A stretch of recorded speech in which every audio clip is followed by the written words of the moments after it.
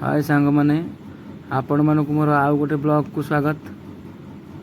आज आम जा खोर्धा जिलार गोटे प्रमुख वाटर इरिगेशन प्रोजेक्ट जहाँ को भी सालिया डैम बोली कहती। चलते आम जा भर को देखा केमती जलसेचन प्रोग्राम जलसेचन विभाग द्वारा केमिति कौन होती देखा। पिला माने बोधे आसते बुलिया को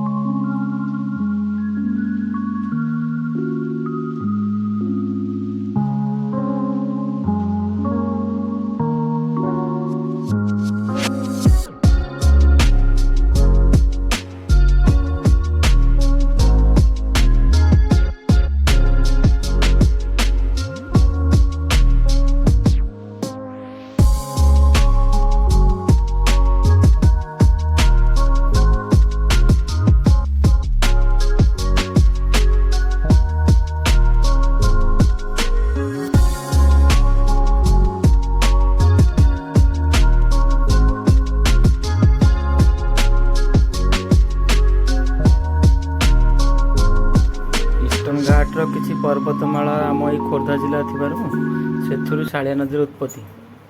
सालिया नदी बहुत बड़ नदी नुहे किंतु तार चिरसुता सी माने वर्षर सबु ऋतु रे जल संरक्षण जल धारण क्षमता थाए।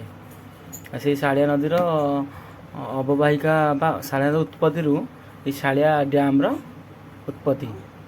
सालिया डैम प्राय वर्ष तमाम एमती पानी गच्छित रहे।